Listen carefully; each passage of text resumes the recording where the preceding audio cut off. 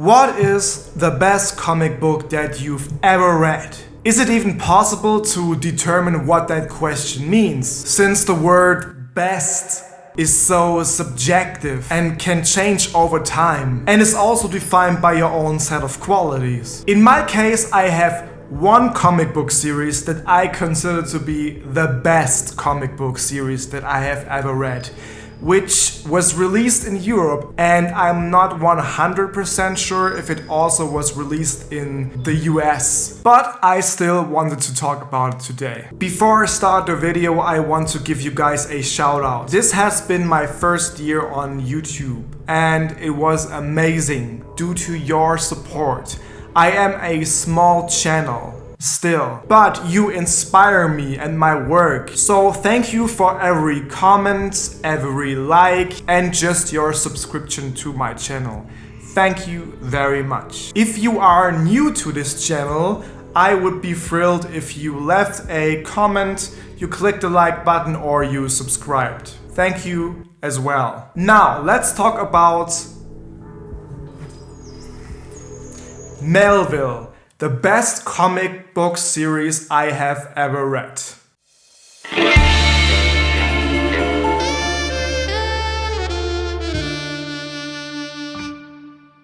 Before I start this video, I wanted to say that today I'm going to use more camera shots of the comic. Usually I have a digital version of a comic book that I review or analyze, but in this case there really isn't one online, sadly, so I had to use the book itself to show you some of the illustrations and what I'm talking about. Melville is an anthology comic book series written by Romain Renard.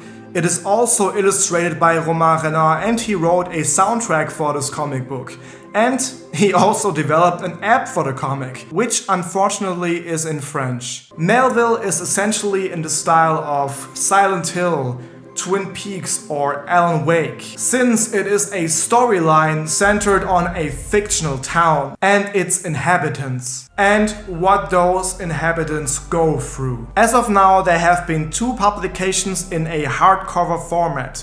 One book dealing with an author called Samuel Beauclerc that's coming back to Melville and a house that his father owned, while dealing with his own demons and his problematic relationship with his wife. The second story is about Saul Miller, a professor of astrophysics that is living his retirement years in Melville. He lives a pretty solid normal life until he sees mysterious hunters in the woods that are lurking in the shadows and are coming for him.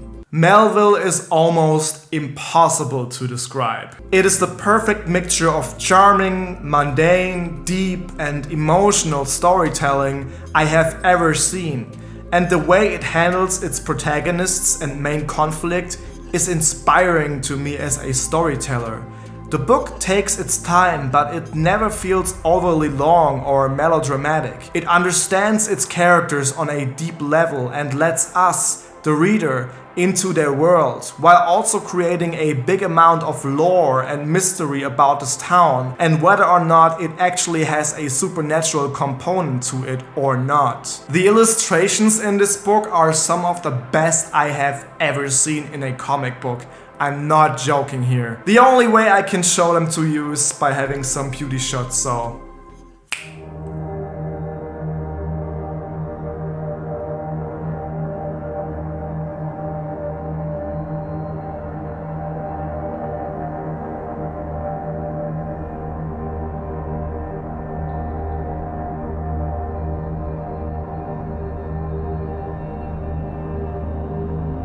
Melville is about depression. It's about life and death, family and fatherhood. Essentially, Melville is a place that lures out your inner demons so you can fight them and become a better person. But not in the way that Silent Hill does, for example, at least in some of the games. Typically, stories like this can be more vehicles for writers to torture their protagonists, but I feel like with Melville, it is more of a therapy session with broken people that, because of the nature of the town and the people around them, find out something about themselves and their nature. It is not meant to be torture, but rather a relief and a painful but positive life revelation overall. What's so great about Melville is the ambition that comes with the whole project. A comic book written, illustrated, colored and distributed with a soundtrack and app by one person is so fascinating and ambitious. It is predestined to crumble under its own weight.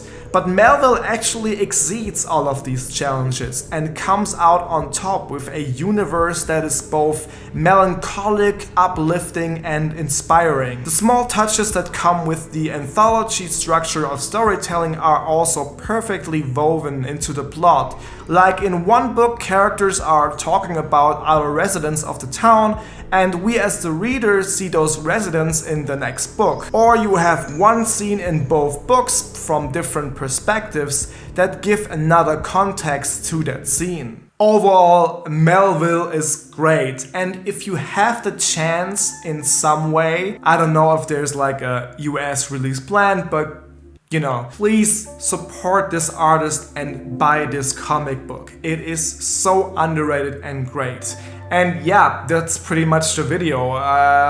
This wasn't supposed to be a typical pulp and art long analysis review, but rather just a short epilogue to one of the craziest years of my life with my favorite comic book series. Again, thank you so much for staying with me with this channel right here. I hope you have an amazing new year and I will talk to you in 2022. This is Luke from Pulp and Art. See you on the other side.